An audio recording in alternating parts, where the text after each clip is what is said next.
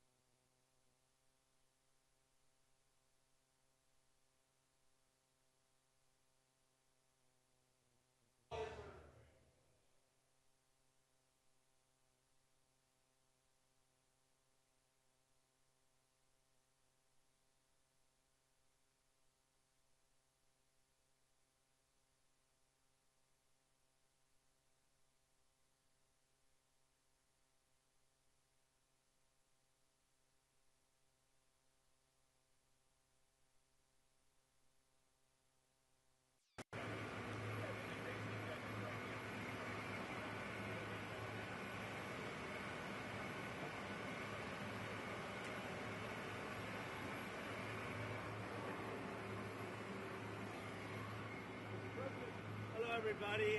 The trip was nice, and the job they've done is fantastic. And this is what you need. And Ron worked beautifully with Christie and all of the people at Homeland Security, and got it done in how many days, Ron? 8 days, a new facility was up and running. So, and is this the model going forward, Mr. President? It can be. I mean, you don't always have land so beautiful and so secure. We have a lot of bodyguards and a lot of cops that are in the form of alligators. You don't have to pay them so much. But I wouldn't want to run through the Everglades for long. It will keep people where they're supposed to be. This is a very important thing. We're setting records at the board. You know, we had no people come through last month. Zero, no people. But we're going to keep it that way. So Ron did great, and I want to thank you. well, look, we thank you, Mr. President. Thanks for your leadership. The border, you did that quicker than we knew you'd do it, but you did it so quick, which is great. But Biden let in how many millions, and you got to take care of them. And so this is one example of state operating this. The feds are approving it, supporting it. We're also going to have 2,000 more at Camp Blanding, which is our National Guard site. And we're the only state in the country that mandates our state and locals, law enforcement, to cooperate with ICE. And it's made a huge difference. On any given day, Florida constitutes about 20% of all immigration arrests nationwide. So what I would just say is, don't let Florida be the only state. We've got very red states that should be doing this just as much as Florida's doing. That will increase their numbers. And then what happens is you'll have a lot of people that will deport on their own because they don't want to end up in an Alligator Alcatraz or some of those other places. So I think this is a model, but we need other states to step up. I was going to ask you, would this be enticing for other states to come up with their own model? They are doing it. We have Louisiana doing it big. Alabama's doing it. We have a lot of states. They seem to be red states, and not too many blue states for whatever reason. You know, it's but the red states, Republican-run states, are doing it. The blue states don't do very well at security and policing, unfortunately. What would you say, Chris? You know, I would say that exactly right. The governor here has been fantastic in forming this partnership with the Department of Homeland Security. We were looking at different contracts with different vendors and thought, why not go straight to our governors and ask them to help us solve this problem? Florida was unique in what they presented to us, and I would ask every other governor to do the exact same thing. This is unique because we can hold individuals here, they can have their hearings, get due process, and then immediately be flown back home to their home countries. And their home countries are welcoming them. They're setting up loans for houses, they've got food assistance, they're helping to facilitate welcoming them home. I just got home from Panama, Costa Rica, Guatemala, Honduras, and they're all excited about getting their individuals back home from the United States. So and there is a lot of self-deporting. That's one thing I was actually surprised, but a lot of self-deporting. I flew over the Everglades. We did a little circle. I said, let me see. That's a big piece of land. I think it's 25 minutes to fly around. Is there potential for enlargement or additional facilities out here? There may be. I mean, I think what we're doing is, because this is an important part of Florida, we're using the existing footprint of this airport. So when you guys go over there, you'll see all the beds, the medical, the galley, everything is on the concrete. We're not using any of the other stuff. Now, as you'll see, there's a lot of concrete, so there very well may be. I know Secretary Noem and her team have said as soon as the president departs, we'll be open to start receiving folks. And so we'll see what the tempo is. We do have the 2,000 in Northeast Florida that will open very soon. So it is possible to do. One of the things I think that is exciting about this is we're offering up our National Guard and other folks in Florida to be deputized to be immigration judges. We're working with the Department of Justice for the approvals. I'm sure Pam will approve. But then I'll have a National Guard judge advocate here. Someone has a notice to appear. Biden would tell them to come back in 3 years and appear. Now you'll be able to appear in like a day or two, so they're not going to be detained, hopefully, for all that long.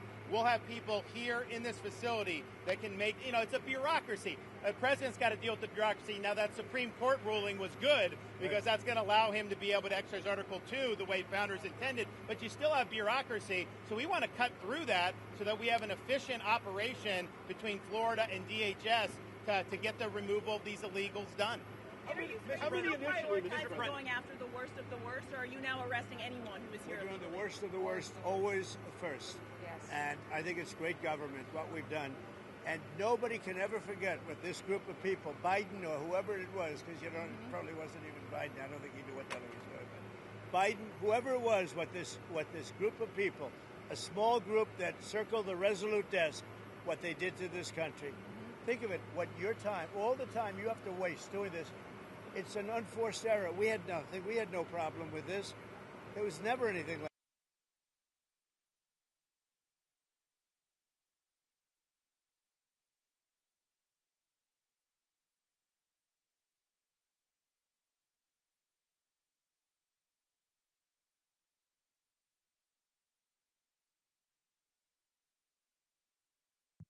It's like an unforced error, yes. Mr. President, in 2018, you suggested putting alligators in the Rio Grande to prevent crossings in Texas.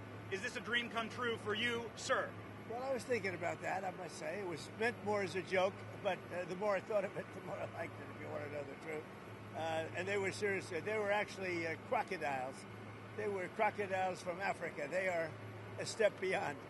But no, that was really meant as a joke, but a lot of people liked it. And a lot of people think we should do it, frankly.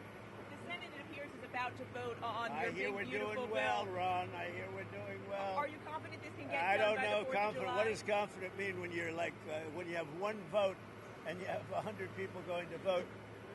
I think so. I think it's going to be the greatest bill ever passed, even for you, as an example. Tremendous amount of Homeland Security money. Oh, tremendous amount. It's going to keep the border secure because we have them secure now, but we need to build more wall. I built almost 600 miles of wall. We need more wall. And all of that's covered in this bill. This bill is amazing for everybody. It's an amazing bill for Florida, too. Really great for Florida. Are there concerns about the Medicaid cuts, though, Mr. No, President? no, we're not going to be playing with Medicaid. An estimated Only waste, 11.8 fraud, and million abuse. Americans could lose Yeah, their the coverage. Are you Democrats have breaking it your wrong. promise? Yeah. Waste, fraud, and abuse. In fact, if you look at what's gone on, we've gone way back. We take care of Medicaid. We take care of Medicare. They will blow Medicare and Medicaid because they have no idea what they're doing. Just like they don't have any idea what they did on the border, they have no idea. Medicaid is in big trouble with the Democrats. So you can promise anyone who loses their health care coverage that is because of waste, fraud, and abuse? Waste, fraud, only waste, fraud, and abuse, which is what everybody Mr. wants. President, Russia has about 50,000 troops stationed outside of Sumy in Ukraine. What will you do if Russia authorizes an offensive? We'll see what happens. I'm watching it very closely. Mr. President? About Prime Minister Netanyahu's visit next week, what are you hoping to get out of that? And do you think there'll be any progress? Well, it's going to be a very quick celebration. We had a great hit. It was a obliteration. Okay, now it turns out it was an obliteration. They demeaned CNN mostly and the New York Times, fake New York Times. They demeaned these great soldiers. They went over there 17 hours flying, and they hit bullseye after bullseye after bullseye. It all blew up. Everybody saw it. Then they get back, and CNN said, well, they did okay, but maybe it wasn't. Let me tell you, it was beyond obliteration. Nobody can even get down there. The tunnels are busted. Everything fell into the well. It was a total and complete obliteration, and we should celebrate these heroes. And what I'm doing is I'm bringing them, Ron, we're bringing them to Florida or to the White House. I gave them their choice. I think they're going to take the White House. Probably. I shouldn't tell you this. Mr. President, there's going to be a new bill called Make American Elections Great Again. I love it.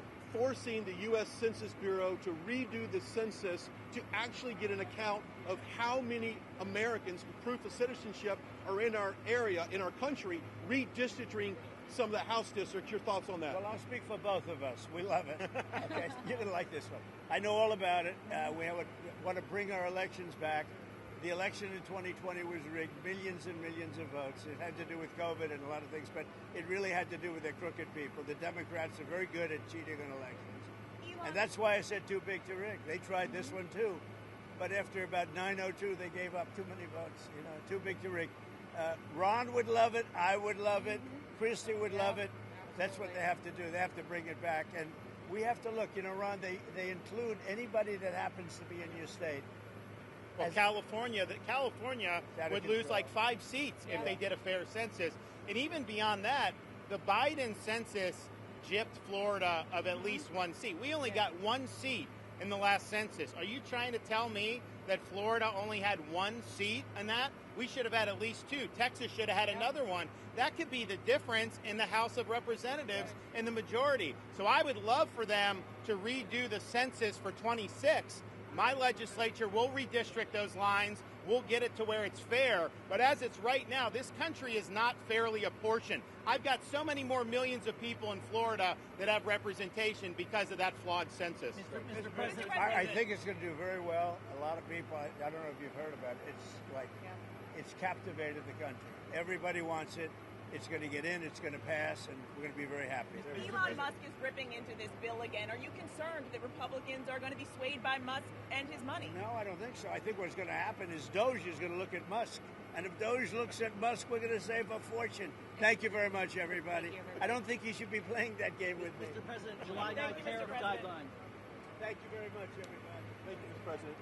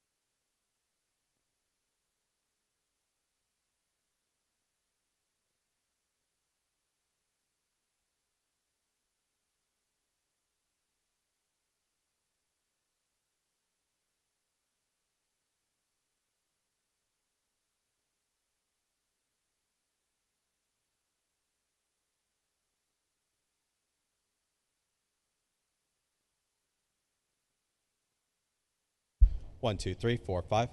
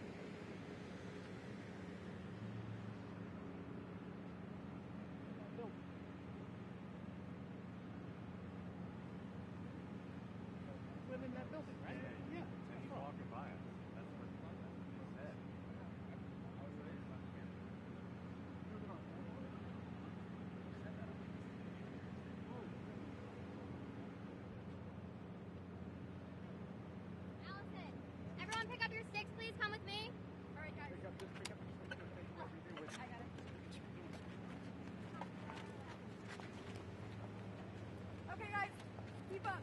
Keep up. Gotta go. Nice. We're moving.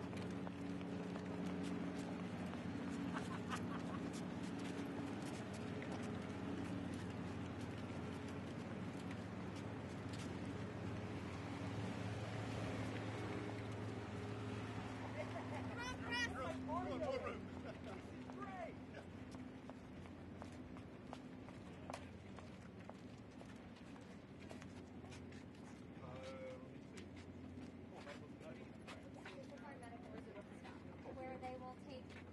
Are we going in? Yes, this is our medical tent. So we're gonna.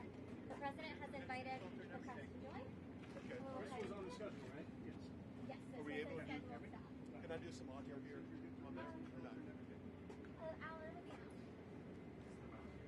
No, medical stop. Stop two. Oh, like Yes, he has invited the press to join.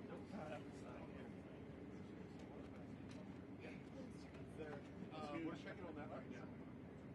Where's Madison? Do you mind hanging back to get with John to make the errand? That's from Yes. downtown. Yeah, that's not too I much. got a lot of I got a lot of towers. I was just about to drop them too, and do AT&T, and then the president trashed it.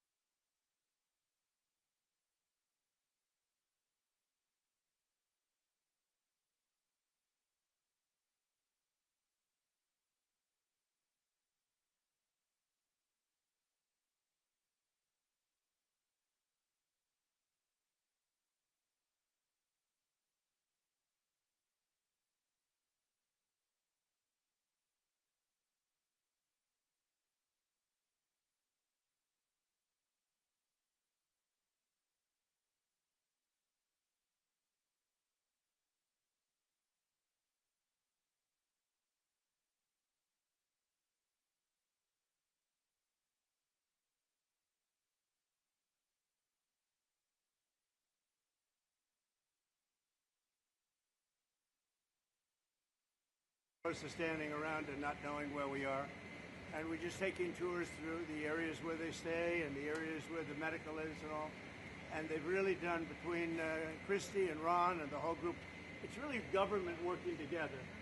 And congratulations to you two guys. But I wanted you to see it as opposed to waiting for us and then say, how was it, right? It really is pretty amazing. Did they take the vote yet? How's the vote doing? I would normally be home waiting for the vote. Yes, we would. Or be in Congress. But I wanted to come down and see. I hear the vote's going to be good. So you'll let me know. You'll let me know. I will let Have you know. they taken it yet? What's that? They're taking it now. I don't think they've taken the vote yet. Not concluded, but they are taking. Boy, wouldn't that be an upset, huh? Yeah. Are you confident that this can get through the House? And is there any wiggle room on your July 4th? It's the greatest tax cut in the history of our country. And if it doesn't pass, it's the biggest tax increase in the history of our country. That alone, 68% increase, as opposed to a massive cut. It's the biggest tax cut in the history of our country, and everybody gets it. Mr. President and Madam Secretary, CNN yesterday pushed an app that lets you track where ICE agents are. Tom Homan was saying that perhaps CNN should be prosecuted for that as obstruction of law enforcement. Your response? Yeah, we're working with the Department of Justice to see if we can prosecute them for that, because what they're doing is actively encouraging people to avoid law enforcement activities, operations, and we're going to actually go after them and prosecute them with the partnership of PAM if we can, because what they're doing we believe is illegal. And they may be prosecuted also for having given false reports on the attack in Iran. They were given totally false reports. It was totally obliterated. And our people have to be celebrated, not come home and say, what do you mean we didn't hit the target? We hit the target first. You know, the pilots came home and they said we hit the target first. So they may be very well prosecuted for that. What they did there we think is totally illegal. Okay, let's go. Follow us. You got it. Doing all right? Seems the boys been very lucky. Marjorie Taylor Greene. Oh, really? You Works for who? He works for Real America's Voice. Oh, okay, good, good. You think it's easy being with Marjorie? You think I could take some heat? She was working out pretty hard this Yes, weekend. she was. Wasn't she? Yeah, she was.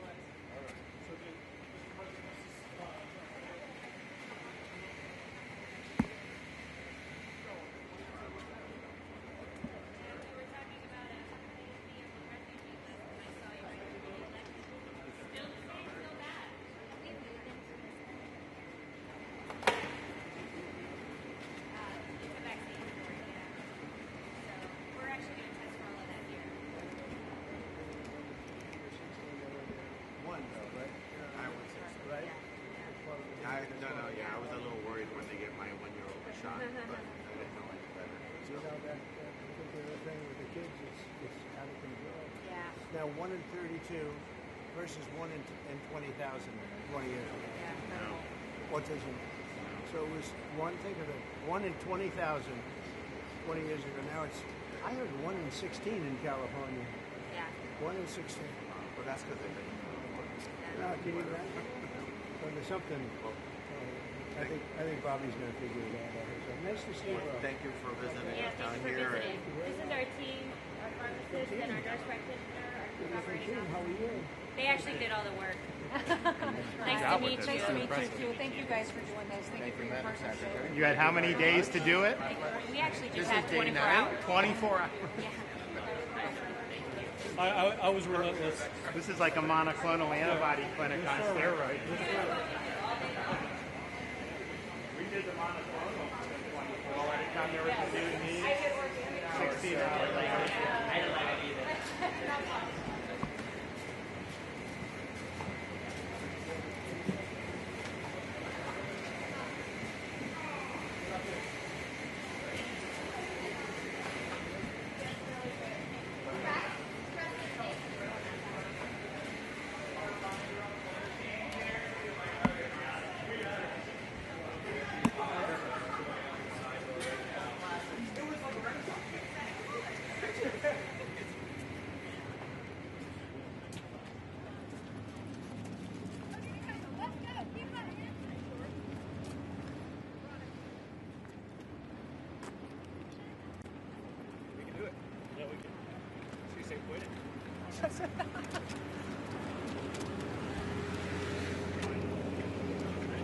That was great. Mike never did shit like that. You know what I mean? Like, you know, it's not like I would have been invited, but we were watching live streams and stuff like that. There was never anything like that. Can you a little bigger, please? Right behind us. Can you please repeat?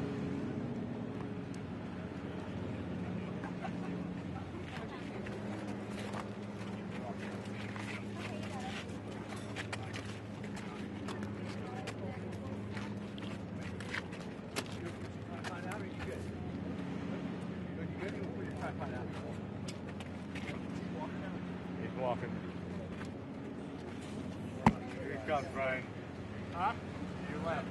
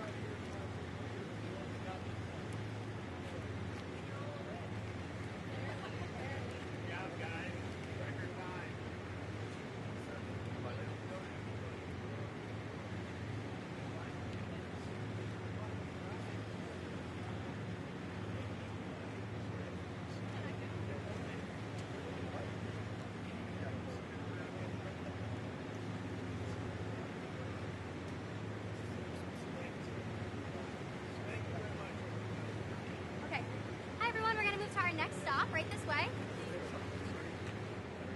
Thank you, Press. Okay, Press, let's keep going. Come on, guys. Please run. Run, Press. Run, I'm sorry.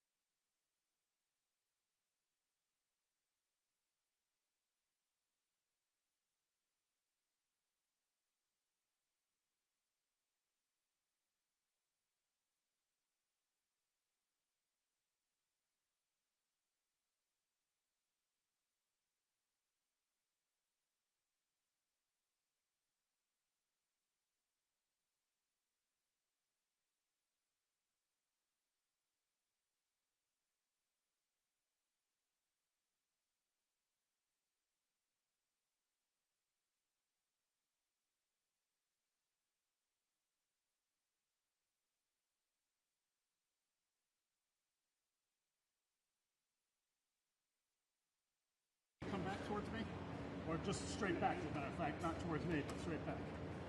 Yeah, I figured you guys here from the studio. What's that? I don't like, sorry, I'm sorry.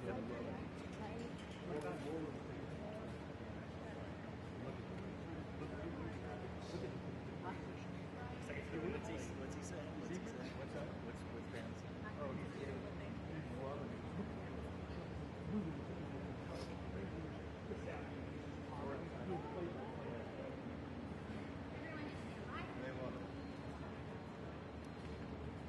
Good, right?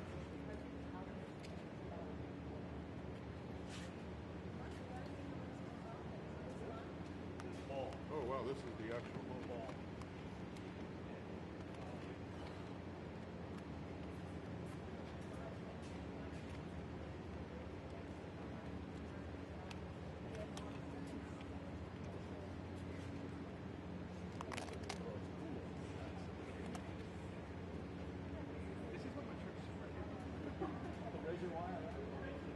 Yeah, we're pretty unruly.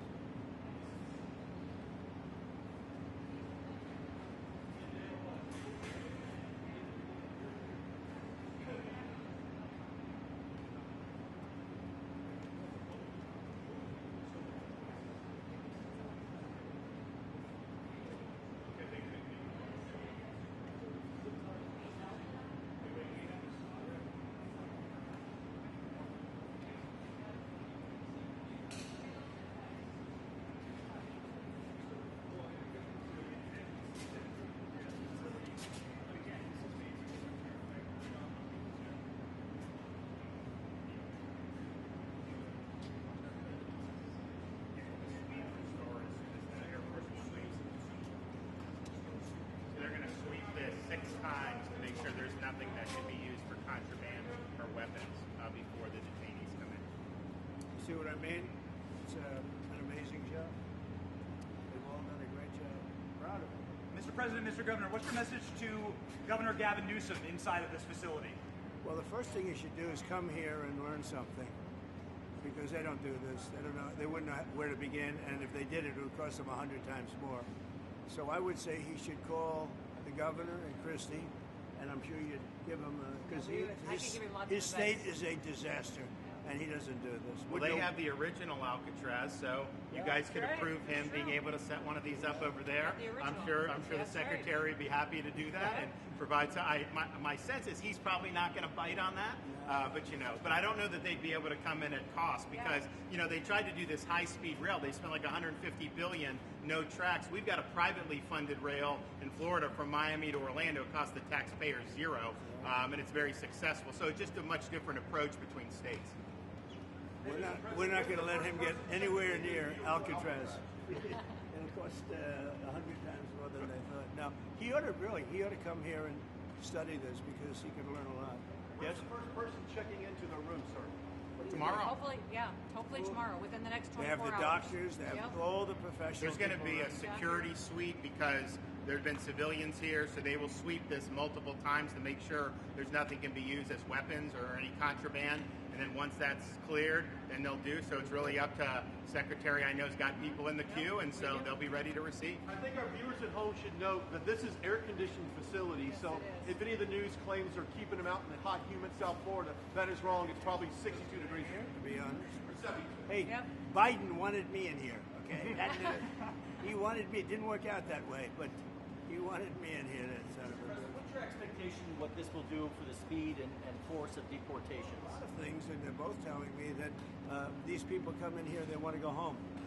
And they want to go home, so we immediately send them home, where it's appropriate. Now, if somebody's a real killer, we don't send them anywhere. We put them in a maximum security. Look, what we inherited from this guy, this incompetent man, and his administration, which wasn't incompetent, it was radical left, lunatic, communist, whatever you want to say. I know most of them. What we inherited should never, ever be forgotten. What they've made us do. This is all because of an open border policy where 25 million people flowed in. From all over the world, from prisons, from all over the world they flowed in. For no reason whatsoever. We had, when I left, we had a very powerful border. We had no problem. He opened it up. Day one, he just opened the border, and people couldn't believe it. That's right. They were standing there. What are they doing? They said, go in. That's it. You look at the first day tapes. They opened it up and they said, go in. And that's where all of this began. But this is an amazing thing that they've done here. Really but listen, people don't have to come here.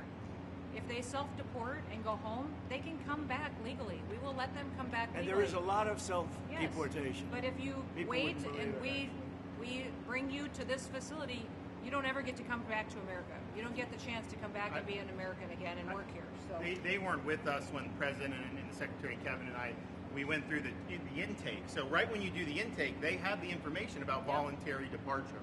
They have the ability. Obviously, you guys are funding that because it's a lot cheaper to do it that way. So even if they get brought to the front doorstep here, they still have an opportunity to just go back voluntarily, and then this way they're not. Let's say they get in here like, hey, I want to stay here. I want to go back. We can put them on a plane that day and take them home.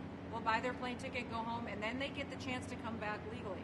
If they wait and say we're not going to do that, they can come back legally after a period. Mr. President, you've talked recently about the idea of finding some way to get farm workforce and service sector workforce, and I think you've discussed somehow a program of people leaving on a sponsorship and coming right back. Can you give us a little more detail about that and why, in the view of some hardliners, it's not amnesty? Take care of our farmers and hotel workers and various other people, and we're working on it right now, and Ron's going to be involved, and you're involved already. So we have a lot of cases where ICE will go into a farm, and these are guys working there for 10, 15 years, no problem. The farmers know them. We're going to put, it's called farmer responsibility or owner responsibility, where they're going to be largely responsible for these people. And they know these people. They've worked on the farms for 15 years, and all of a sudden, so I have a great, Ron does, Christie does, we have a great feeling for the farmer and for others in the same position. And we're going to give them responsibility for people. And we're going to have a system of signing them up so they don't have to go. They can be here legally. They can pay taxes and everything else. They're not getting citizenship, but they get other things. And the farmers need them to do the work. Without those people, you're not going to be able to run your farm. Mr. President, you and the governor tangled pretty hard in the 2024 election. Yet you stand here now. Yet you stand here now as partners on this effort. How would you describe the relationship, and what future does Governor DeSantis have? I think it's a 10. Maybe 9-9, because there might be a couple of little wounds. So maybe it's 9-9. I think we have a 10. We get along great. Well, the thing about it is, I endorsed him immediately in January 2024. I raised one of his PACs millions and millions of dollars, and obviously we saved him a lot of money in Florida because Florida was a deep red state. He didn't even have to do a rally in Florida, whereas 2016 and 20, this was like ground zero. And so we've been, really happy to do that. And then we've worked very well on this and other issues, with Florida. And you can call him at any time, and he wants to be helpful for governors. I mean, I can tell you that. We did Hurricane Helene last year. You didn't hear from the president at the time then. But with President Trump, we know immediately. You just make the phone call. Yeah, as a follow-up question, I'm sorry, like another thing you inherited. How firm are you going to be with Netanyahu about ending the war in Gaza? Very firm. But he wants it too. I will tell you. He's coming here next week. He wants to end it too. We had a tremendous success with Iran. They won't have me.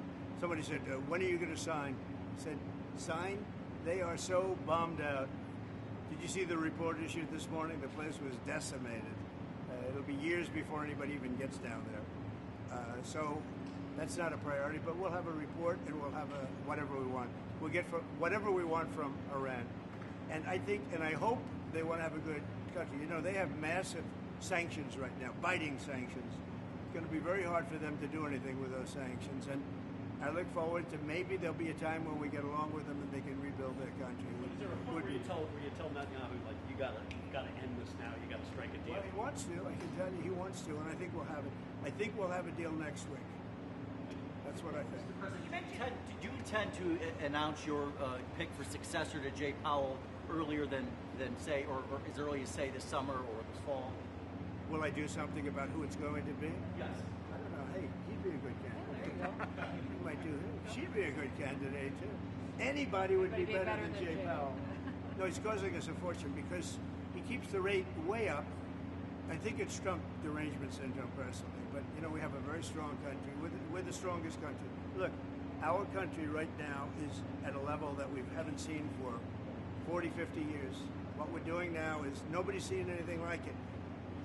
I told you, I was in the Middle East. The King of Saudi Arabia said to me very strongly, he said, "You know what? A year ago you had a dead country. Now you have the hottest country in the world." We do. We have the hottest country in the world. Thank you very much, everyone. When are we going to see that exemption for farmers? And what about other We'll be seeing it industries? over the next What couple about of construction and other years. industries? Also, those type of industries. Will Kilmore Abrego Garcia be the first inmate here?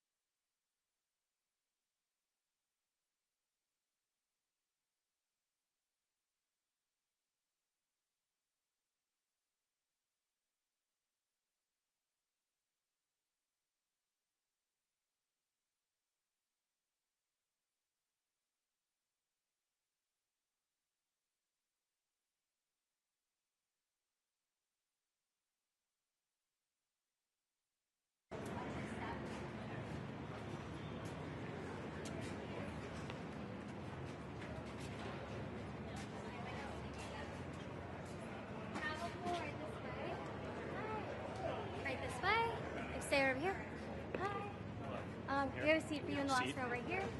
Brian. Come right over here, Evan. We'll put you in the buffer. Madison, please put the travel pool in their seats. Okay, where's our pool camera? Stills, right here. Stills over here. Brian, just watch behind you. Press, right can sit right here. Pool's right here. Come right up here. There is mold right here. Well, I don't know. It doesn't stretch very far. It's going to be right here, and I have a table for you. Is that going to make it over here? Madison, take the stills to the buffer. Yeah.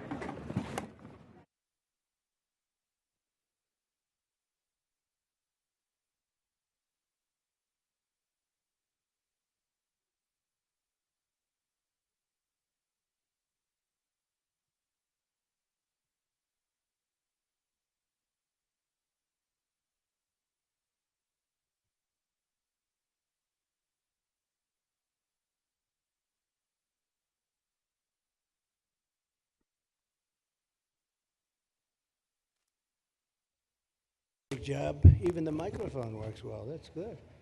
Wow. Well, I'd like to just thank everybody for the incredible job they've done. I love the state. As you know, Ron and I have had a really great relationship for a long time. We had a little off period for a couple of days, but it didn't last long. It didn't last long, and a lot of respect for each other. And it's a great honor to be deep in Florida, the Florida Everglades, to open America's newest migrant detention center. It's incredibly built, and you're seeing that yourself. That's why I said, let the press join us on our walk so they can see what's happening. It's known as Alligator Alcatraz, which is very appropriate because I looked outside and it's not a place I want to go hiking anytime soon.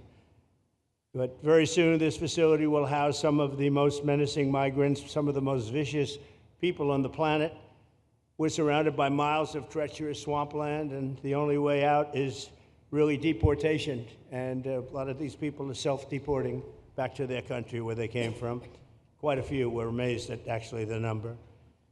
We took the FEMA money that Joe Biden allocated to pay for the free luxury hotel rooms, where he's paying hundreds of millions of dollars in New York City, and we used it to build this project. And Ron, it was just a little fraction of that money. The money they spent on that project, I happen to know the real estate developer. He's a he never really made that much, but he became very wealthy.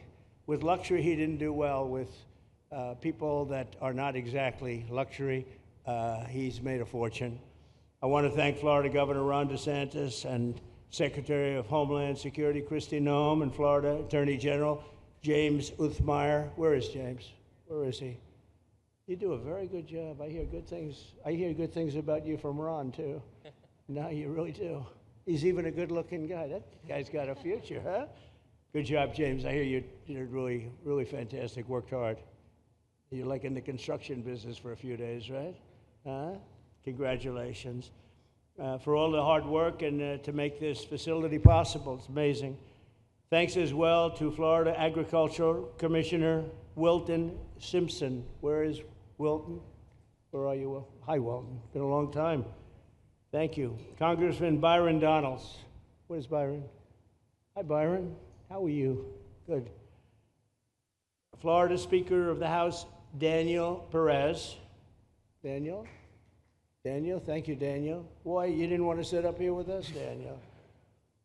Executive Director of the Florida Division of Emergency Management, Kevin Guthrie. Hi, Kevin. Good job. Acting Director of ICE, Todd Lyons. Todd, great job. And Senator Joe Gruters. He is a great guy. Where is Joe? We love Joe. Thank you very much. Thank you. Thank you, Joe. Joe is great. With the help of those incredible Border Patrol agents, we now have the lowest level of daily border crossings ever recorded. As you know, last month, the month of May, just got released 2 days ago, the number of illegal aliens into the United States was zero. Zero. Even I find that hard to believe. Somebody must have gotten in, I think. I don't know, but they say zero. And the people that count them are radical left Democrats. So when a radical left Democrat tells me it's zero, I believe him. But there's still much work to do. In the 4 years before I took office, Joe Biden allowed 21 million people, that's a minimum, I think it was much higher than that, illegal aliens to invade our country. He invaded our country just like a military would invade. It's tougher because they don't wear uniforms. You don't know who they are.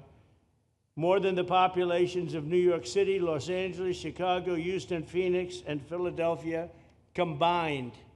That's what came into our country from prisons, from mental institutions, from street gangs, drug dealers. It's disgusting. This enormous country-destroying invasion has swamped communities nationwide with massive crime, crippling costs, and burdens far beyond what any nation could withstand. No nation could withstand what we did, and we're in the process of doing it, but we have some great people doing it now, and you see them up here with me, but it's, I'd call it like an unforced era. It's sort of like men and women's sports. It's sort of like transgender for everybody. How could they have done this to our country? And we're never going to forget it. Last year, 15% of all the hotel rooms in New York City were used to house illegal aliens at costs that they never got for luxury. They never got this much for luxury people coming in from the wealthiest places on earth. They made more money with the illegal immigrants, with many rooms costing more than $300 a night, 6 times the rent of a typical American family. In Denver, Colorado, the city was forced to cut $10 million from its police and fire department budget as part of a $90 million plan to house illegal aliens. And it's a population that's growing and growing and destroying Denver and growing. And again, it's destroying Denver. And it's destroying many other cities, too. Likewise, one of the city's largest hospital system is drowning in unpaid medical bills, unpaid in the billions, after their emergency rooms were flooded with tens of thousands of illegals, leading to the closure of critical services. And these are really critical services. They can't even keep them open for American patients. The American patients were treated worse than any illegal immigrant. In Los Angeles, 1 in every 4 students in the public school system is from a household headed by an illegal, and most of them don't speak English, so they're in a school system, and they don't have interpreters, they don't have anything, they don't speak English. What a mess, what a mess. Unforced error, all these people allowed to come in. The United States is now spending $78 billion a year on translation. Okay, think of that, $78 billion a year on translation, and smaller numbers on special education programs for non-English speakers in our public schools. So $78 billion, I think that's not a mistake. I would say $1 million maybe, hundreds of thousands of dollars, $78 billion, Joe, on translators and non-English speaking work. Federal government, the Justice Department, it's more than twice the cost of maintaining the United States Justice Department, what we're spending on translation and other things to help. In total, the average illegal alien costs American taxpayers an estimated $70,000. That's each, $70,000. I think that number is even low. If you care about balancing the budget, the single most impactful step we can take is to fully reverse the Biden migration invasion. One of the worst invasions we've ever had. We've never had an invasion like this. We've had invasions, but we've taken care of them. We've never had an invasion like this, and it's with us. And we have some very bad people out there looking to do big harm. That's why the One Big Beautiful Bill includes funding for 3,000 new Border Patrol officers and 10,000 new ICE agents. And I've gotten to know the Border Patrol and ICE very well. Unlike Kamala, she was the border czar, but she never saw the border. She never made one phone call. She was some border czar. She would have been some president. Probably would have been slightly better than Biden, though. I had to run against both of them, you know? The one guy, it's like a fighter. You knock out the one guy who's doing badly, then they put somebody else in, but fortunately she was a stiff also. Otherwise, I would have been very angry. I would have been extremely angry. The heroes of ICE will also help round up and remove members of the savage drug cartels which are coming back into our country. And we got them out. Now some of them came back in. We just got them out again, and that's going to be a vicious cycle. But these are foreign gangs. They're horrendous people, killers, that have infiltrated our territory, including 8 which we have designated as foreign terrorist organizations, which gives us a lot more power for speed and getting them out much easier. And we had a great court victory, as you know, on Friday that allows us to do what we have to do from the Supreme Court of the United States. In 5 months, my administration has already arrested over 2,700 members of the murderous Venezuelan gang known as Tren de Aragua, including a pack of these sadistic animals arrested last month with over 280 guns, and these are guns of the latest caliber. These are guns that were made over the last period of less than a year, getting brand new guns, the latest and the greatest. Every day, our brave law enforcement officers are hunting down and deporting migrant criminals who have committed heinous crimes, including more than 13,000 murderers. 11,888 to be exact, but I'd probably say the 13,000 is right also. Think of it, 11,888, and more than half of them, they committed more than one murder. So, Ron, many of them are out of here already, but it's still it's a hell of a number to be confronted with. Just this year, ICE agents in Miami have apprehended illegals with arrests for murder, kidnapping, rape, child sexual abuse, and arson, people of the worst order. We're getting these monsters out of the United States, out of Florida, out of all the places that they're in. And on January 20th, I signed an executive order empowering governors and state police to be deputized to enforce federal immigration laws, and Ron's already taken advantage of it. It's a tremendous advantage for the states. Most of them are doing it. Actually, the blue states tend not to do it. Even a couple of them have, though. And I want to express my tremendous thanks to the state of Florida for embracing this opportunity and being a true partner. They've worked so well with the federal government. It's been just a beautiful, beautiful partnership. So, Ron, I'd like to thank you personally. You are my friend, and you'll always be my friend. And we may have some skirmishes even in the future. I doubt it, but we'll always come back because we just we have blood that seems to match pretty well. We have a relationship that's been a very strong one for a long period of time, and I appreciate it, very much appreciate it. And also, Secretary Noem, I'd like to have you say a few words. You have been unbelievable, the job you've done. You and our favorite person, Tom Homan, have done, and your whole staff, because it's a lot of people, and Tom acknowledges it all the time. He respects you so much. He respects the staff that you both built. And you're really doing one of the great jobs. And it was great that you could work with Ron in Florida so well.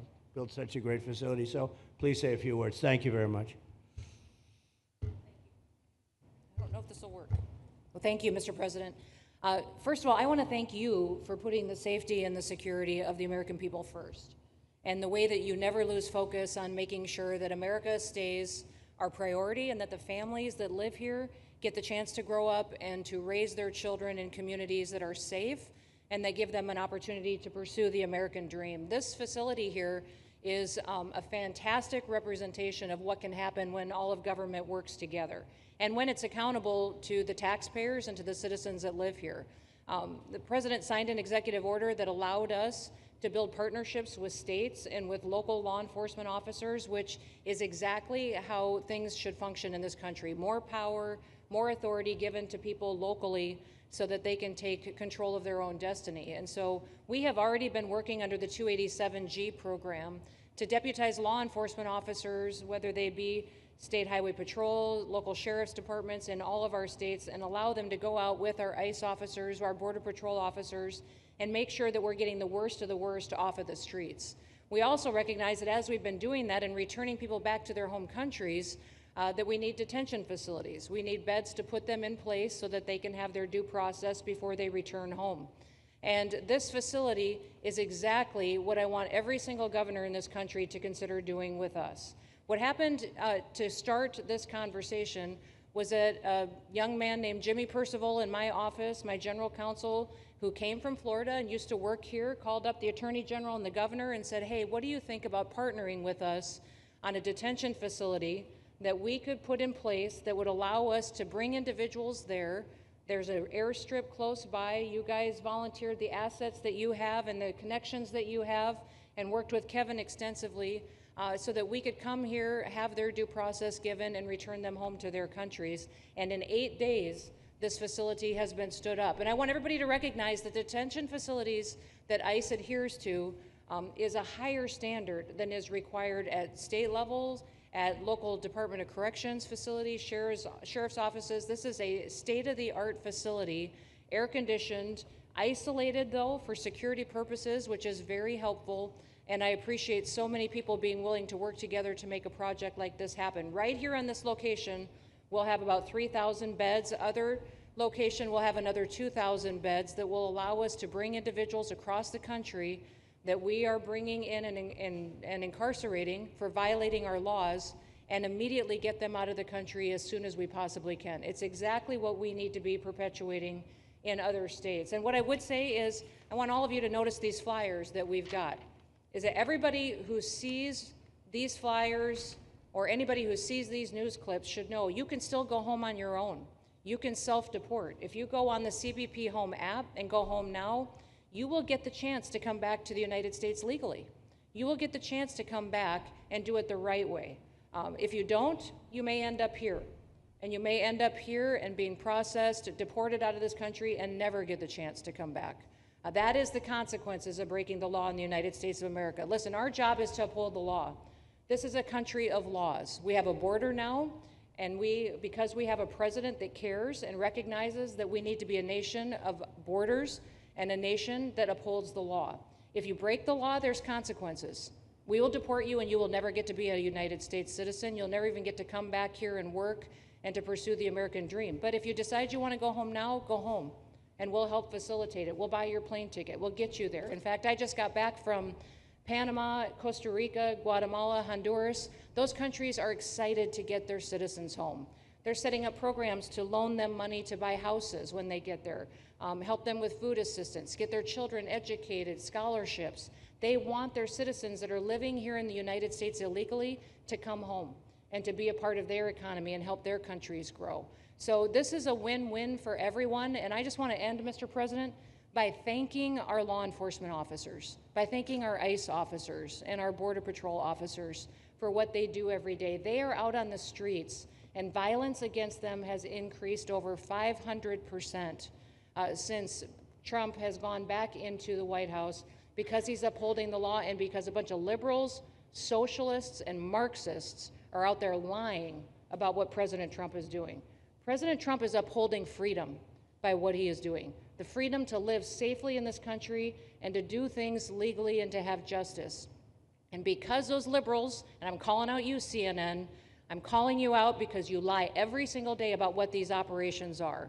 We are going after murderers and rapists and traffickers and drug dealers and getting them off the streets and getting them out of this country because Joe Biden let the worst of the worst come in here. The other day I was talking to some marshals that have been partnering with ICE. They said that they had detained a cannibal and put him on a plane to take him home, and while they had him in his seat, he started to eat himself. And they had to get him off and get him medical attention. These are the kind of deranged individuals that are on our streets in America that we're trying to target and get out of our country because they are so deranged they don't belong here. And they shouldn't be walking the streets with our children. And they shouldn't be living in the communities with our families who just want to grow up, go to job, raise their children to grow up and get a job and to live the American dream. So thank you to all of our law enforcement officers, those in our military that have been helping, our National Guard. Thank you to Governor DeSantis for stepping up and being an example to other governors. I hope my phone rings off the hook from governors calling and saying, how can we do what Florida just did? How can we do exactly what they did? Because we need this big, beautiful bill. We absolutely have to have this big, beautiful bill that has the funding so that we can continue this operation and we can get those bad criminals off of our streets and have the officers to do it so that when they go out on an operation, somebody's got their back. Somebody's got their back, they can do it safely, and they can go home to their families at night too. So this bill needs to pass through Congress so we have the resources at the Department of Homeland Security to make sure that our homeland truly is secure. And Mr. President, thank you for Stephen Miller. I just want to thank you for him. This guy calls me night and day and tells me all of his wise advice and wisdom, but he's a rock star because he loves this country and he's passionate about making sure that nobody is prioritized over an American citizen. We love everybody. We do. We love everybody. Not everybody. But, well, a lot of people. But not we shouldn't be putting people illegally above citizens. We should be making sure that we do things right, and that's what America has always stood for, and we're an example to the rest of the world because we do it right. So, Mr. President, you surround yourself with great people, and I think that's because everybody wants to work for the greatest president that the United States has ever had, and that's President Donald J. Trump. Thank Thank you you, very sir. much, Christy. That's Thank so you for nice. your Thank you. Thank you very much. And I have to say that, you know, when Christie's name was put before me by Tom Homan, by the way, because I wanted him for the border, and somehow I thought that was going to be good in that sort. But he didn't want the upper job, and I said, who do you recommend? Christy Noem. I said, oh, are you kidding? She's great, but she's such a fine, elegant person. He said, sir, she's tough as hell. I said, are you sure? You are tough as hell, I tell you, and you do it in a very nice way, but you are, if you ever saw her ride a horse, she rides a horse like she should be in the rodeo. She's like an unbelievable horse person, and you've done a fantastic job, and Steve Miller would even agree to that. And he likes nobody, by the way. I don't think he likes anybody. And another one we like is Ron. And Ron, would you say a few words, please? Sure. Well, thank you, Mr. President. Welcome back to Florida, and I think this is the first time you've been back since the events of a couple weeks. So just let me say, as somebody that was serving on active duty in Iraq back in the day, we witnessed the number of our troops that were killed or wounded by the Iranians. We know that they're a militant Islamic regime that was hell-bent on getting nuclear weapons, and under Joe Biden, they were about to get nuclear weapons. And because of your strong actions, those dreams and those ambitions have been reduced to rubble. And I thank you. I know a lot of veterans thank you, and people in Florida really thank you for stepping up and really making a strong, tough, but strong decision. I think we're much safer as a result of that. Now, on the immigration, I think President Trump's election represented the chance for us to finally solve this illegal immigration and border problem once and for all. I knew he was going to do the border, although he did it very quickly and very thoroughly. I think that no one can say that that's been anything but a spectacular success. But then we have the issue of Biden let in how many millions of people? And you had millions that had been in over decades previous to that. You can't have a country if you don't have respect for the rule of law. You can't have a country if foreigners get to decide who comes in. No, we, the American people, make that decision, who's allowed or not allowed to come into our country. We've seen Europe be overrun by open borders, so we're not going to let that happen here. So when President got elected, I knew that the states had an important role to play in facilitating this really, really historic mission. We're the only state in America, Florida, that requires full cooperation with ICE from all state and local law enforcement entities. And what is the net result of that? We have these agreements for these 287G task force with sheriff's departments, police departments, state agencies, and it's really instrumental in rounding up a lot of really bad people who shouldn't be here.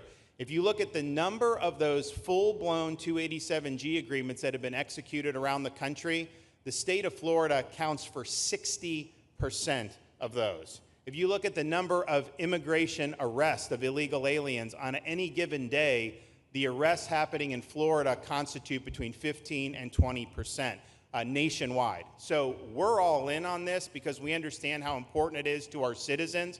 It crowds schools, it crowds medical, it crowds housing. Yes, you have illegal alien crime as well, and people want the problem solved. And the only way we're going to solve it is if states like Florida step up and help the president, help Secretary Noem get the job done. Now, this facility here was really in response to us working with DHS and ICE from the time the president got sworn in, and the number one thing they kept coming back to was, You know, Biden decimated the agency. I mean, let's just be clear. You could have illegals in Florida. Biden would just release them.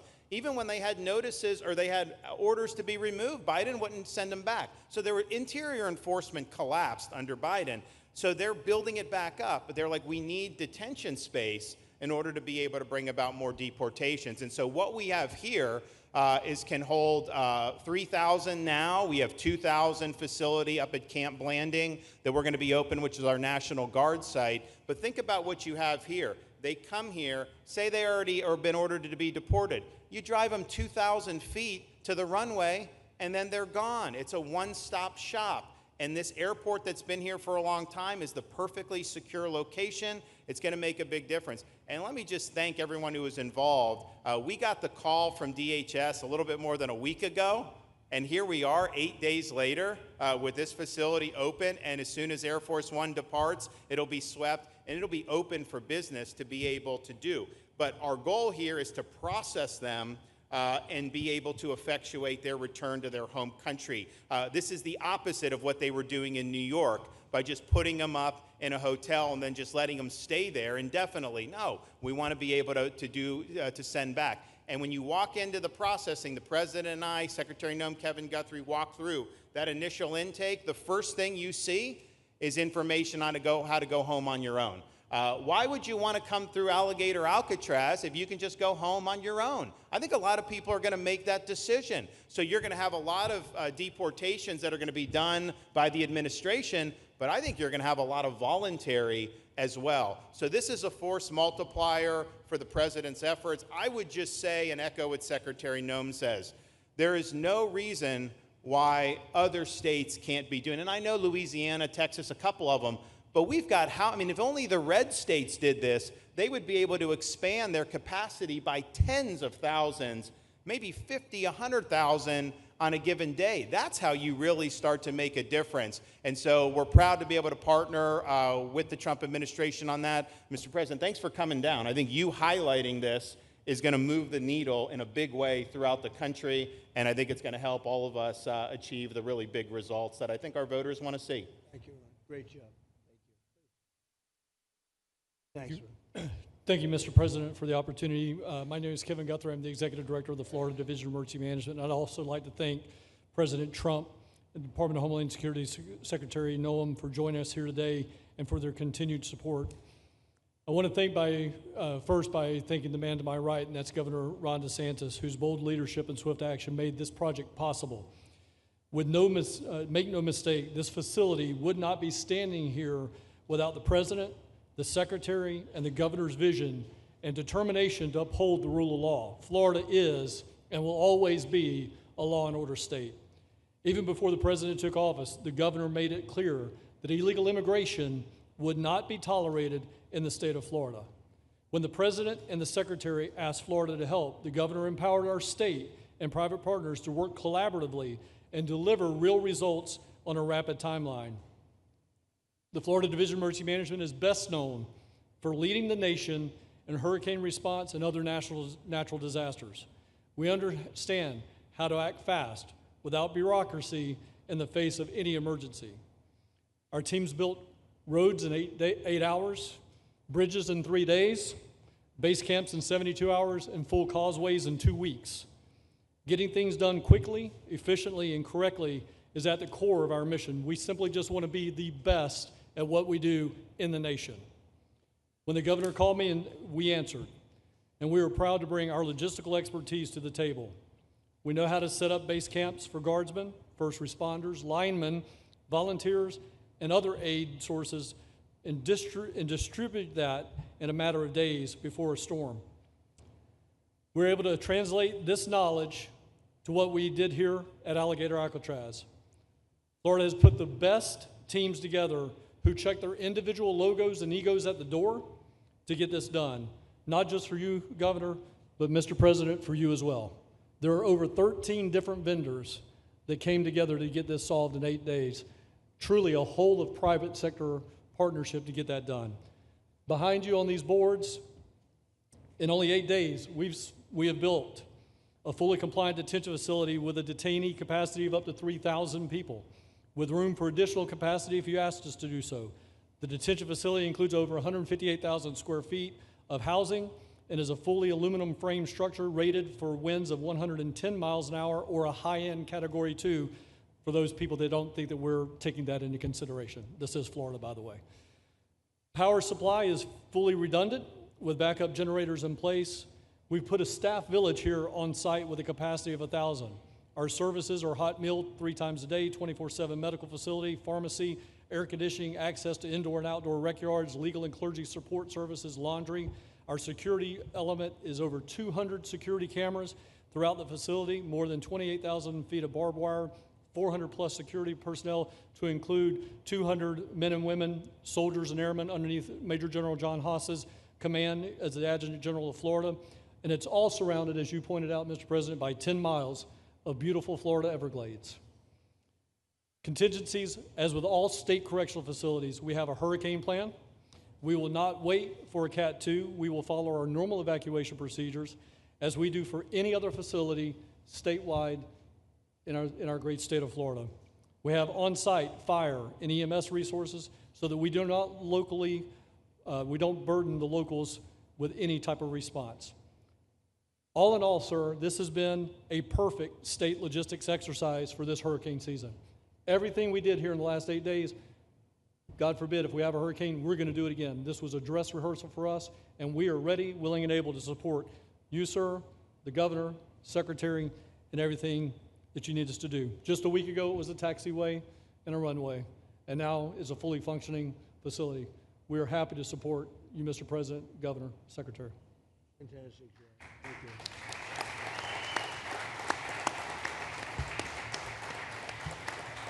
Byron, please.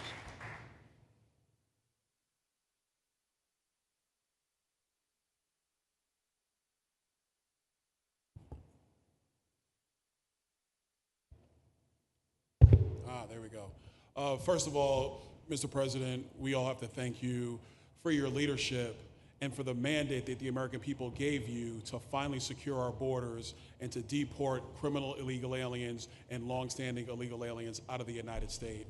That is a mandate given to you by the American people. I know Secretary Noem, Stephen Miller, Governor DeSantis, myself, on behalf of the other members of Congress in the Senate, and of course here in Florida, we are behind you 100% in that mission. To the governor, I really appreciate you and commend you for your leadership on this, taking swift, decisive action to building this facility. One of the things that has occurred because of the work you did earlier this year with the legislature is that our sheriffs are out there every single day. They are arresting these criminal aliens in our streets, and they're seeing some backlog in their jails. So this facility primarily goes to address some of that backlog and then to help us fulfill the mission that the president has led us to. So Governor, thank you for your leadership and thank you for your decisive action on this. It really does mean a lot to all the people of Florida, of course the people of the 19th Congressional District. Secretary Noem, I mean, what can I say? The president's right, you're double tough. So we appreciate all your leadership. You and Tom Homan have been doing a great job. And I'm actually going back to DC after this because we have to vote on one big, beautiful bill in the House. We have to get that to the president's desk so we can get you the resources that you need to fulfill the mission that the American people have asked us to do. I totally agree with what Mr. Guthrie has said. This is a logistical marvel when something like this occurs. We've seen Florida Department of Emergency Management answer the bell time and time again. The governor has said we need to accomplish this, and DEM gets that job done. And we had a side conversation about, I know there were some concerns. People were like, well, what happens if a hurricane comes? What happens if this happens? And I looked at Kevin Guthrie and I said, you already have a plan, don't you? And he goes, of course we have a plan. You know that we do. This is what Florida does, Mr. President, and so I want to commend you for your leadership and your vision on this. Governor, thank you for all that you've done with your vision and determination. Secretary Noem, we're going to get the bill done so you get the resources you need. See you, sir. Thank you very much. Oh, thank you. Wow. Thank you. You know, I'm waiting, listening to these wonderful words, and they are music to my ears, but I was also wondering how we're doing, because I know this is prime time. It shows that I care about you, because I'm here, and I probably should be there, but we do care. Thank you very much. James, please. We're all happy now, James. Yeah. Well, I can speak on behalf of all of our sheriffs, state law enforcement, our police chiefs. We are going to continue to make arrests, our pedals to the metal, as many as we can. We want to fill this place up. The governor and Kevin have shown they can build bridges in 3 days, so why not some detention facilities? Hopefully there's more to come. And you really kind of were the inspiration for this. We like the idea of reopening the original Alcatraz. I don't know if that can happen or not, but we thought, hey, we've got our own natural Alcatraz in the middle of the Everglades. Great runway, great perimeter, so let's make it happen. In Florida, we walk the walk, and we will deliver for all of you. Thank you. Well, I heard you were responsible for the locational pick, and you cannot have picked a better location. I said, whoever the hell made this choice, I know you take it a little heat from some environmental groups, but I take it all the time, and that's an honor. But I heard you were very responsible for that choice, and that was a big choice. Thank you very much. Great job, James. Thank you.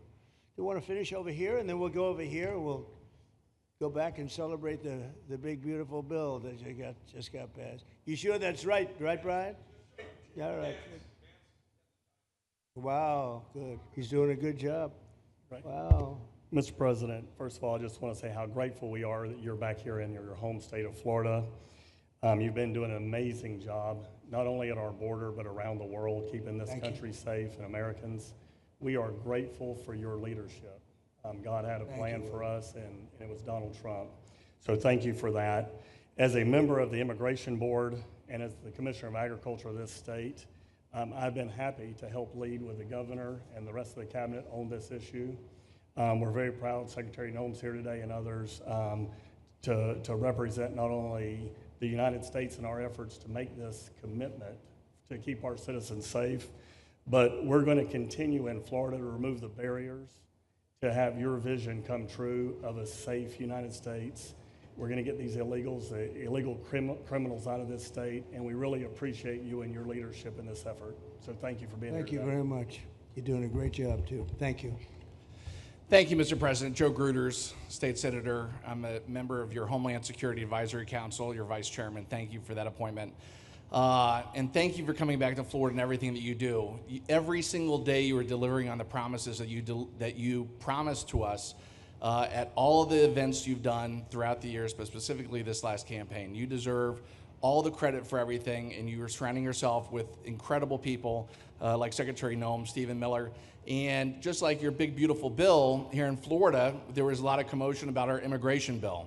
And we had 3 B's in that: beds, badges, and bad guys. And this goes right along with our beds and the resources. And I give the governor, Ron DeSantis, a lot of credit for stepping up and making sure that we all work together, because at the end of the day, even if sometimes there are skirmishes, as a result of the back and forth, we ended up with a better bill, and we all win. And what we're doing here in Florida hopefully will happen all across the country. Your leadership is amazing. Keep up the great work, and just know that Florida loves President Donald J. Trump. Thank you very much, Joe. Appreciate it for a long time. Appreciate it. By the way, Okeechobee is something that we did together also, and that was a lot of money spent. I hope it was well spent. I know we did a Rolls-Royce job, but it's a lot of money that we spent out there together. And how is it going? You can delegate that to us, because we move faster than the Army Corps. Good. So we will finish that reservoir. Good. If you delegate it to us, I'll get it done and much quicker. Oh, I would do that. Yeah. I'll tell you, let me ask myself permission. Permission granted. Go ahead, get the thing, get it complete. You want to do that? All right, we're gonna go talk to ahead, the do Army it. Corps Good. then after this. Good. You can move faster, actually. Please. I think it, no, sir, just first on behalf of the men and women of ICE, we just want to thank you for allowing us to do our job again. You know, your vision and under Secretary Noem's leadership, this is what the American people want. And I hope that you see great results of what we're doing out there every day, getting the worst of the worst out of our communities. Because of you and Secretary Noem, I have the privilege to lead one of the most premier and the finest law enforcement agencies that we do have in the United States. And the men and women of HSI and ERO Miami do incredible work, like you highlighted. And with the governor in the state of Florida, the partnership in Florida has been amazing. The 287G program is only going to help us to identify all those known gotaways and get the worst of the worst out of the neighborhoods. And through our Homeland Security Task Force, we are going to make America safe again. So thank you very much to both you and the Secretary. Thank you, Todd. Great job. Really great job you're doing. Thank you. Please. Good morning, Mr. President. Thank you so much for coming. Again, as Garrett Ripp, I'm the Field Office Director for ICE Euro here for the Miami Field Office. Incredible collaborative work we've been doing together, working with the state, working with our local partners. And again, just the 287G is going to open up that aperture and allow us to get those bad hombres off the street and get them into this facility. And we're looking forward to it. And again, just appreciate all your support. Thank you. Always thank you. You've always been so great. Thank you very much. Please. Good afternoon, Mr. President. On behalf of Air Marine Operations, my name is Andres Blanco. I'm the Executive Director for Southeast Region. AMO continues to execute and support your executive orders. Air Marine Operations brings a unique capability both in the air and the maritime domains. And in partnership with our Border Patrol, OFO officers, and ERO, we continue to conduct effective operations both interior, along the border, and along the maritime approaches. Thank you very much. Good job.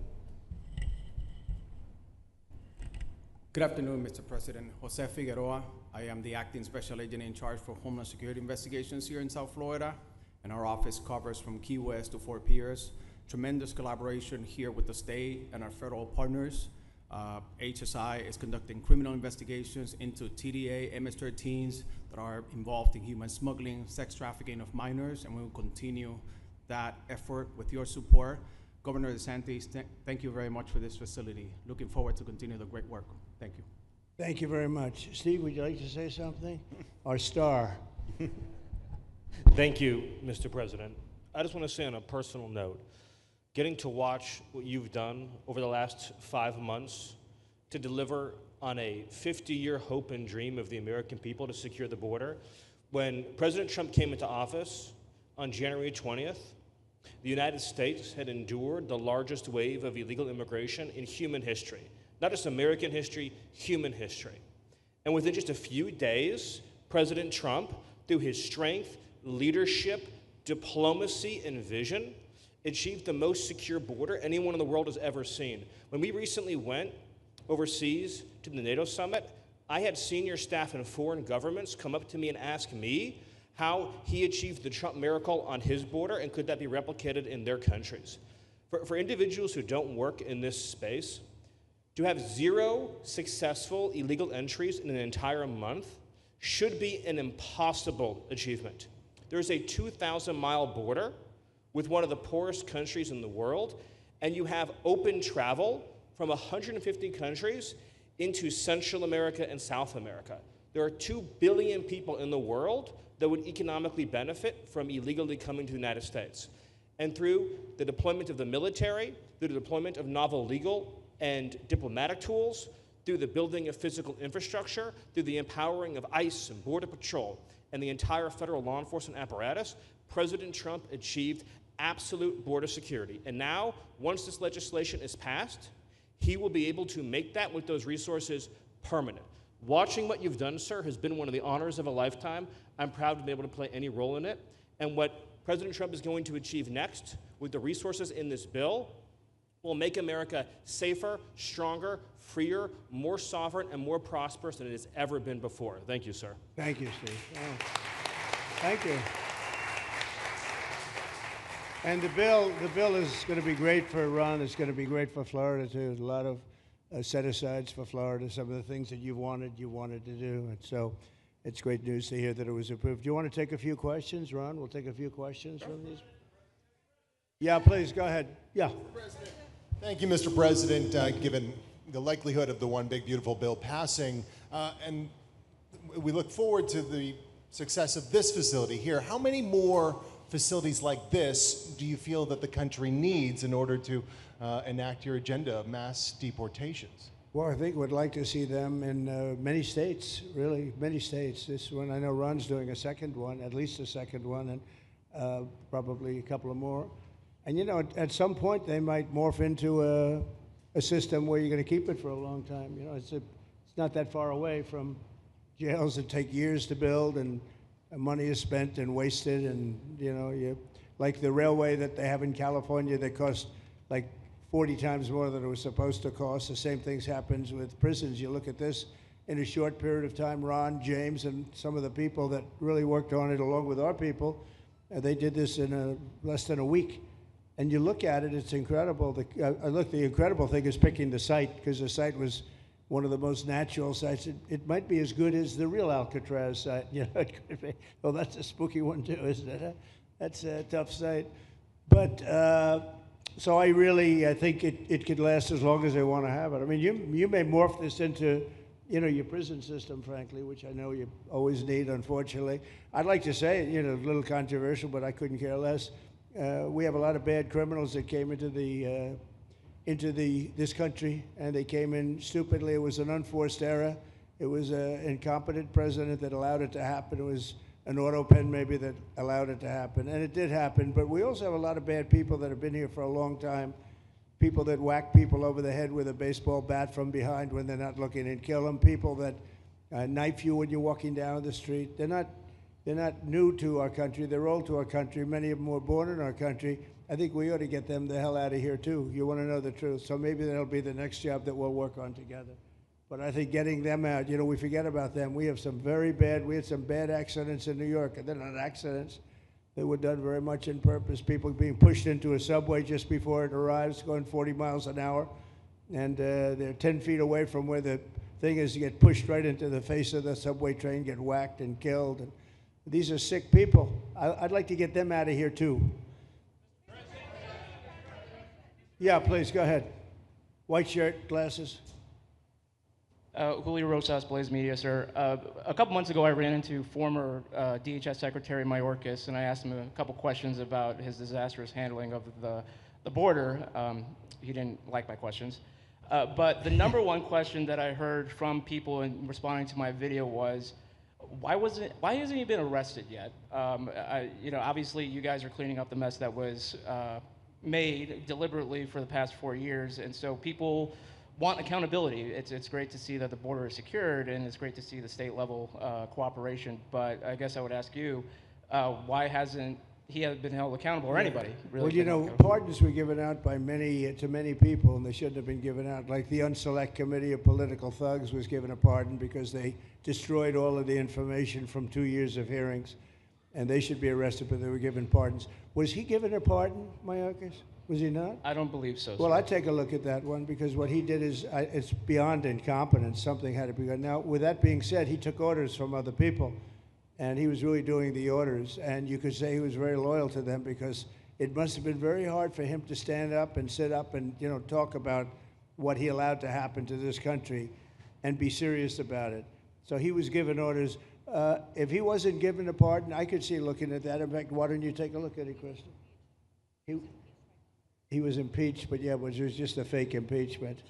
It was a fake impeachment. Why don't you take a look at it? I think he was so bad.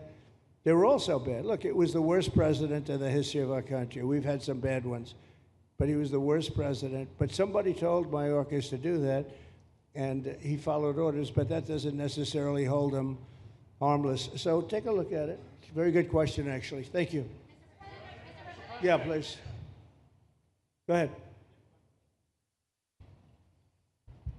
Mr. President, you and the Secretary have both said that many people have self-deported since you came back into office. Yeah. How many is many, and has the rate gone up? How do you see the tempo of that moving forward going on?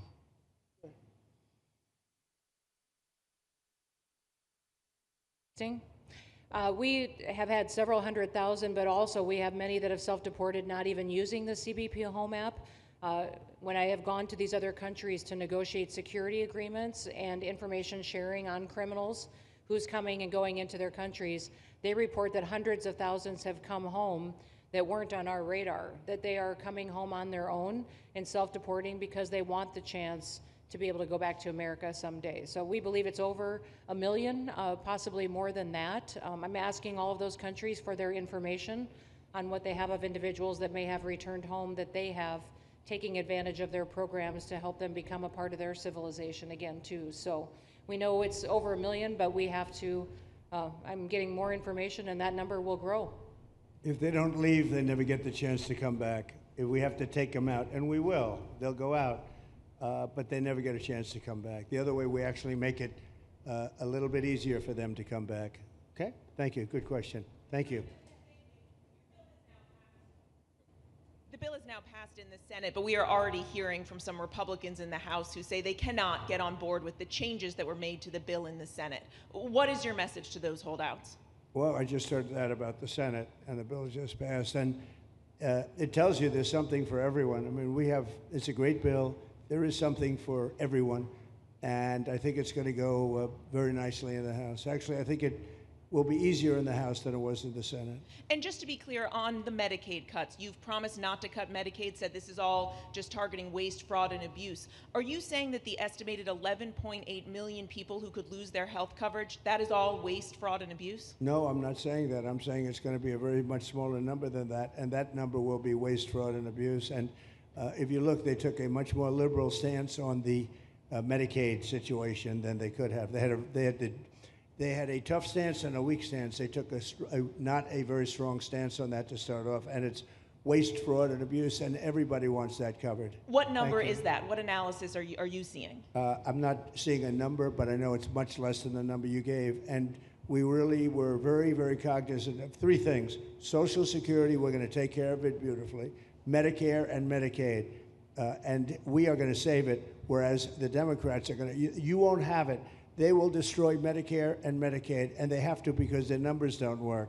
So it's not going to happen. They're the ones that have destroyed Medicare. They have made it so bad already, they're going to make it a lot worse. But now we'll be in charge, so we're going to have no problem with Medicaid or Medicare or Social Security. Thank you. Yeah. Claire Gall with Wink News in Fort Myers. What is your direction to ICE when it comes to arresting farm workers here illegally, other workers in industries that are pretty critical to Florida's economy? Yeah. Well, we're very much cognizant of that, and as you know, I won the farmers by 92%, and I'm not going to be abandoning my farmers. We were strong on the borders, but we're also strong for the farmers and for others in the hotel industry, et cetera. You know, we have similar situations, and Christy and I, and we'll be working with Ron and a lot of the states. We're going to work something where the farmers can be responsible for some of the people they have people run for 10, 15 years that they know very well.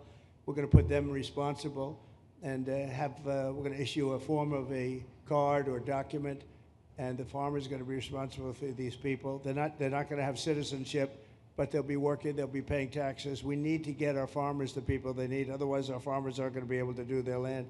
You know, it was tried once before, many, many years ago, where there was a very strong guy, and he got everybody out, and every farm almost in the country, but every farm in California, every farm in Iowa, almost all the farms went bankrupt. They had nobody to work, and we don't want to have that situation. So we're going to work it. We're going to put our farmers and others in charge of the people that they have under them. They know the people, and I think it's going to work out really well. We're going to take care of our farmer, but we're going to get the criminals out, okay? Yeah, go ahead, please. Thank you. Mr. President, how do you respond to critics who fear that a 3,000-bed detention center and the waste that could produce will pollute the surrounding federal protected land, including land that both administrations have invested billions of dollars in restoring? Well, I was one of those that invested billions of dollars and hundreds of millions of dollars right here in the Meadowlands, but in the Everglades, and the Meadowlands too in New York. If you look at what we did up there, speaking of the Meadowlands, a lot of places like this, but this is a very unique one. One thing I'll say about this land, we'll be gone 1,000,000 years and this land is still going to be here. It's not going to be much different. You'll have the water moccasins, you'll have the alligators. You may not have people, but you're going to have all those animals. They're going to be around, and you got plenty of them out here.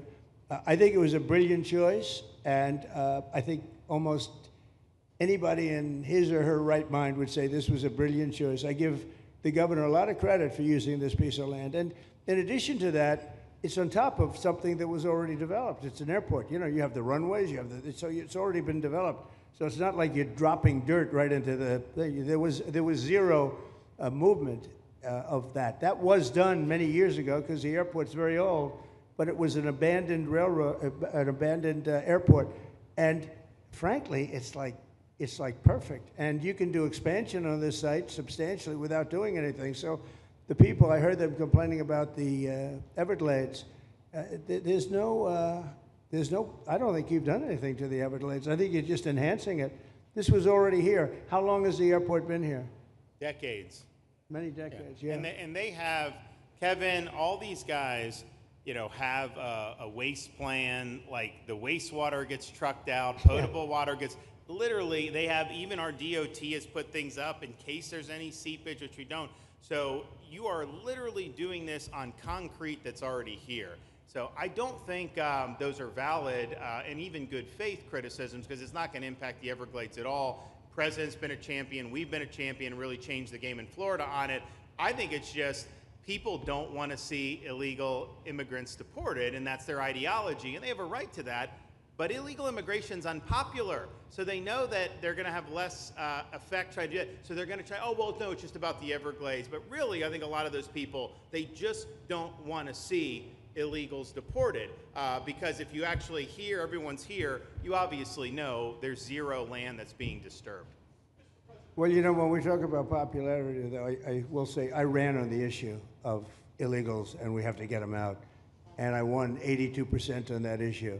So I think that they may not like certain aspects of it, but ultimately they do not want them in their country. And if this is a part of a use, but I think from an environmental standpoint, it's incredible. In fact, when we landed that very big, heavy plane today, they came out and checked it fairly. I think they want the president to be able to land on a piece of concrete that's not going to go 6 feet underground. And they checked it. They came back and they said, this thing is really solid. So it's been there a long time. It's going to be here a long time, and it was a great choice of a site. Thank you. Yes, please. Brian, go ahead. Yes, sir. The people of Syria were recently seen on the streets waving American flags, chanting Trump, Trump, Trump. They're so appreciative of the economic sanctions that was lifted on that country, giving them a little bit of hope for prosperity. You want to comment on that?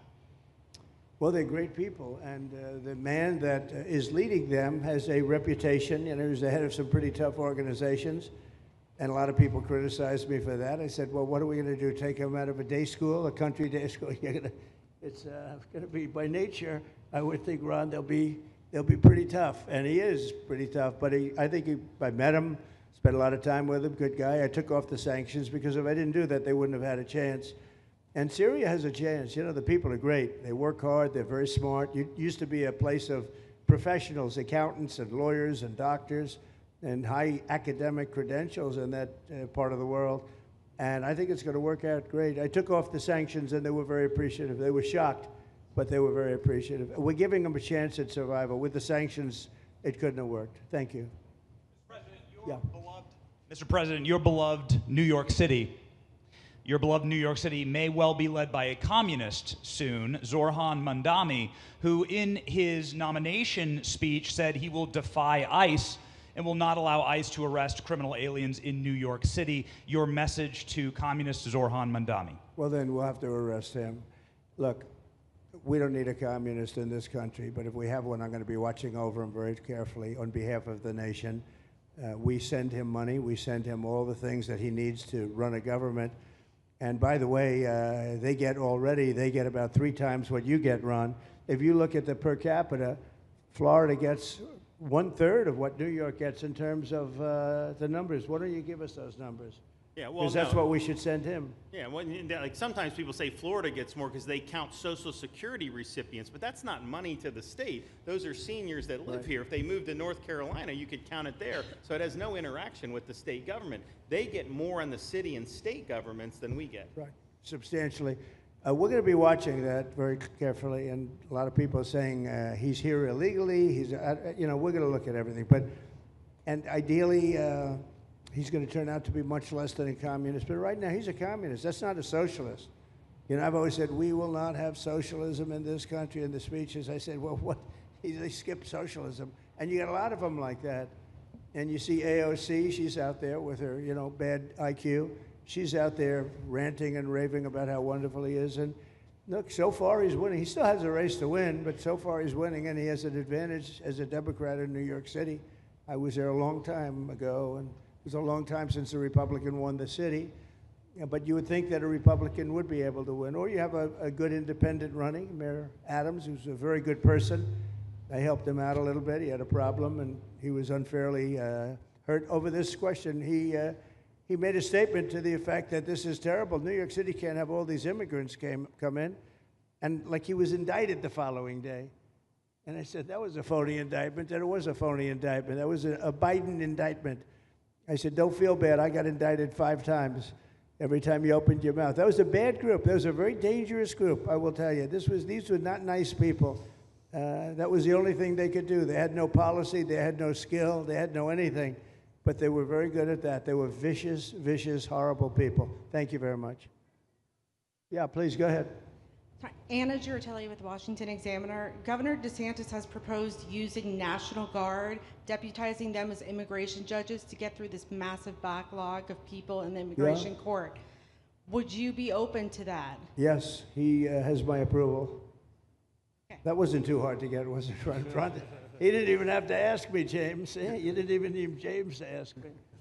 He has my approval, okay? Good. I also like what he's doing in Okeechobee. He has my approval for that, too. I don't know how we work that out, but we'll work it out. We'll follow up. Go ahead. Please. President Trump, Jake Stofan with Action News Jax from up in Jacksonville. There's some talk about a facility similar to this up in Camp Blanding. Has that been approved by DHS? If not, what's the timeline? When could we see ground break on that? Well, I'll ask Ron or James to talk about it. Do you want to mention it, James? The overarching plan, I think the secretary has said she supports the whole plan, so you guys are going to keep going. Yeah. So, Mr. President, just specifically, the response for proposals is out for that today. It closes, I can't even remember what day of the week it is, but it closes on Wednesday at 5 o'clock. Then we will do notice to proceed. So I would say right after our wonderful Independence Day, we will be starting construction there at that facility. You're going to have another big runway there, too. That's great. Wow. Boy, I love these runways. It's very convenient, I must say. Having a runway is a nice thing. Today, you don't get runways approved, I will tell you. It's tough to get a runway. Although in the age of Trump, you get them approved fast, you know. We're approving massive electrical bins, what they call them bins, but big electrical facilities for all of the factories and the AI that's coming in. They're going to build their own electric. They're going to be really... they're going to be made into electrical providers. They're going to have a lot left over. They'll put it into the grid. I think, well, you know, they're going to end up doing so much. They'll put it into the grid. Won't even cost anything from their standpoint. But so we have a lot of that happening. We get approvals fast. So, but I was just saying, runways are hard to get, but we'll get them now. But in the past, I would say over the past 30, 40 years, when you can get a runway, that was considered gold. Okay, please, go ahead. Go ahead. Sure.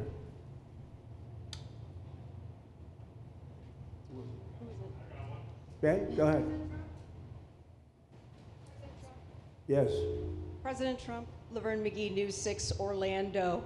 You have fulfilled several campaign promises along with the help of Governor Ron DeSantis. What is the next campaign promise that you plan to fulfill to the American people?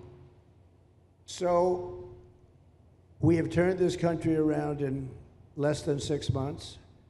And when I was away, and I was telling Ron, I was telling some others, I've said it a little publicly, I guess, but I met a lot of very important people. The King of Saudi Arabia, I was there 2 weeks ago, and Qatar, the leader of Qatar, who's great, and the leader of UAE, who's great. These are very substantial people, very smart people, and good people. And all three of them said essentially the same thing, along with many other people, because I just left NATO. NATO's we took it up to 5%. Nobody can believe that one run. That would be a hard one. Nobody believes that, what happened in NATO, over $1 trillion a year from like nothing. It was an honor. But every leader said that a year ago, this country was dead. They had no confidence in the United States. They really felt it was a dead country, and it was some bad things were going to happen. But they used the term, it was a dead country, and now they said you have the hottest country anywhere in the world. We're the hottest country in the world right now. And we turned it around fast. I thought it would take longer than this. We turned it around fast. Some of it was psychology, and we had to know how good we were. But others was getting rid of rules, regulations, and all of the things that I got rid of already. I signed more executive orders than anybody in history, times like 3 or 4. And I got rid of just one. I got rid of the other night. You buy a house, they have a faucet in the house, Joe, and the faucet, the water doesn't come out. They have a restrictor. You can't, in areas where you have so much water, they don't know what to do with it. You have a shower head, the shower doesn't, you think it's not working. It is working. The water's dripping out. And that's no good for me. I like this hair nice and, I like that hair nice and wet. You have to stand in the shower for 20 minutes before you get the soap out of your hair. And I put a thing in, and it sounds funny, but it's really not. It's horrible. And when you wash your hands, you turn on the faucet, no water comes out. You're washing, the water barely comes out. This was done by crazy people. And I wrote it all off and got it approved in Congress so that they can't just change it, because I did it in my first term. Everyone was so happy. And then one of the first things that Biden did when he came back is he put the restriction on showers, toilets, and sinks. Put this restriction, and washing machines. Washing machine, they give you like a quarter of this bottle to do your clothing. And people needed 10 of these bottles. And the people came to me from Whirlpool, and they said, we can't make a machine that's competitive. We can't make a machine anymore. It doesn't work. Why? They don't let us use water. Do you have any problems with water? No, we have so much we don't know what to do with it. You know, it comes down from heaven, right? And I approved all of that, the washing machines, the whole thing. The dishwashers, that was the other one. They give you like this much water right up to there to do your dishes. So people, you know what they do? They keep pressing the button. So they end up doing the dishes 10 times. They end up using more water than you would have used if you did it right in the first place. So all of that stuff has been written off. It sounds crazy. It's little things. The straw, I let you go back to a plastic straw. I was tired of having straws melt in my mouth, you know? It wasn't working. The paper wasn't working too well. So these are little things that I did. Then we have the big things. We have the biggest things, and that has to do with some of the subjects we're talking now. I think the things we're talking about now are the biggest, because if you don't have borders in this country, borders and good elections, and we're working on that next. There's some bills coming in that's going to make sure that you're a citizen, that people aren't counted in the voting when, you know, they were here and they're here as illegals and they're criminals in many cases, and they give them a count, and you end up with extra congressmen. We're going to work on that. We're going to straighten that out next. That's going to be easy compared to what we were doing. But we did the big things too. But little things like that, a straw, little things like a washing machine with no water. People go out, they spend all their money on a washing machine. The damn thing doesn't work. You can't use the water. Then you go to your sink, and that doesn't work either. You're stuck. You know what you do? You have dirty plates the next day. That's it. And we solved so many common sense problems. And they weren't easy. You know, there are people that really believe in this stuff. But, you know, most states have so much water, they don't know what to do with it. And look at North Carolina. I mean, they had a lot of water, and they have to get restrictors on their, you know, on their kitchen faucets. So we're very proud of the things we did, and we're going to do a lot more of them. Yeah, please, go ahead. You guys in good shape. Hey, it's Eric Bowling. How you doing, sir? Something we've talked about for, I'd say, better part of 20 years. I think it's something near and dear to your heart, energy, our energy security. Yeah. Under Joe Biden, average price of oil for the 4 years was about $79 a barrel. He drained the SPR halfway down, promised to replenish it, never did. That's right. Under you, first term, $53 average price for 4 years. Biden was $78 for 8 years. It was never refilled. The question is now it's $64 or so. Yeah. What coming down rapidly. Coming down, and what a great opportunity to fix another one of Joe Biden's problems, one of the things he broke in America, giving us the energy security of an emergency SPR, Sure. fill it to, maybe even go beyond and fill it to 1 billion barrels this time at a much cheaper price. Thoughts on the energy sector?